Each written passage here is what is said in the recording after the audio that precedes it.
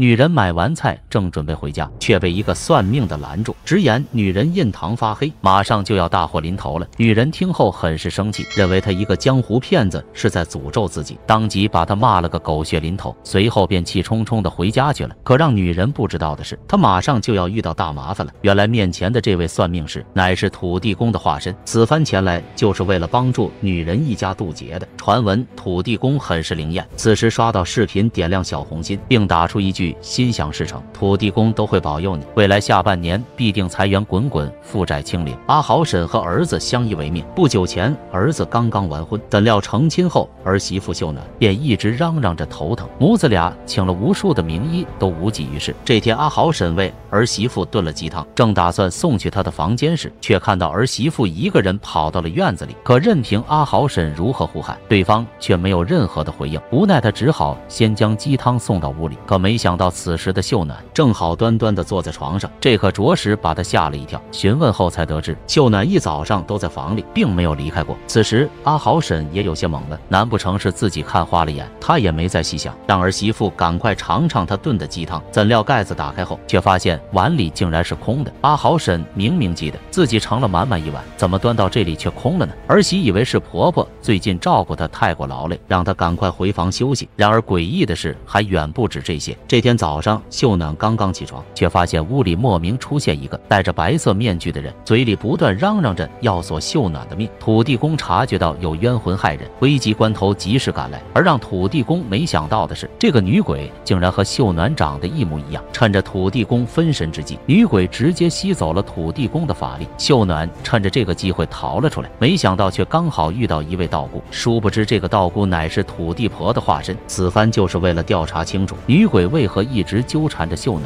既然土地公没有查出事情的经过，那么这件事肯定不是发生在这一世。于是土地婆便施法，让秀暖的魂魄穿越到前世查明真相。而让秀暖没想到的是，在上一世，女鬼竟然是她的双胞胎姐姐，美丽的额头有一块疤，这也使得她对自己的容貌很是在意，觉得所有人都在用异样的眼光看她。久而久之，她的脾气也变得十分暴躁。而妹妹美红不仅人长得漂亮，性格也是温文尔雅的，这也使得当地富家公子爱上了她。怎料美丽在得知两人私会后很是生气，竟然命人将美红迷晕，然后狠心的将其活埋，事后再假扮自己是妹妹美红，最终成功嫁给了富家少爷。哪知一次无意间，丈夫无意间偷听到了真相，这才明白是自己娶错了人。他猜测此时美红一定还在美丽的手里，为了美红的安危，他不敢打草惊蛇。就这样，两人在一起生活了50年。在美丽临终前，丈夫坦言自己早就已经知道了她并非美红，这么多年来，他一直私底下调查美红的下落。他希望美丽看在他们的夫妻情分上，让她说出美红的下落。可是丈夫又怎会知道，美红在50年前就已经死在美丽的手里了。美丽在听完丈夫的话后怒不可遏，两人在一起这么多年，可是丈夫的心里还在想着美红，于是他死后怨气不散，化作厉鬼来到这一世索命。调查完这一切后，土地婆告诉秀暖，让她对着美丽的冤魂道歉，只有化解她心中的仇恨，才能彻底解决这一切。可是秀暖却认为自己上一辈子被美丽活埋，怎么说都是她对不起自己，凭什么要跟杀她的凶手道歉？没想到此时美丽突然找上了门，直接朝着秀暖发起攻击。好在土地婆施法将她击倒，怎料此时美丽却口口声声地说上辈子是美红对不起的，这让在场的人都一头雾水。原来美丽头上的那道疤是当年她为了救丈夫所留下的，丈夫向她许诺一定会对她负责，怎料背地里却跟自己的妹妹勾搭在一起，她实在不能接受这一切。秀暖听后这才明白，原来上一世是自己抢了姐姐的男人。她真诚地向美丽道歉，怎料美丽却不打算原谅她，无奈土地婆只好将她收入佛珠，打算带着她云游四海，直到她完全放下执念再送去投胎。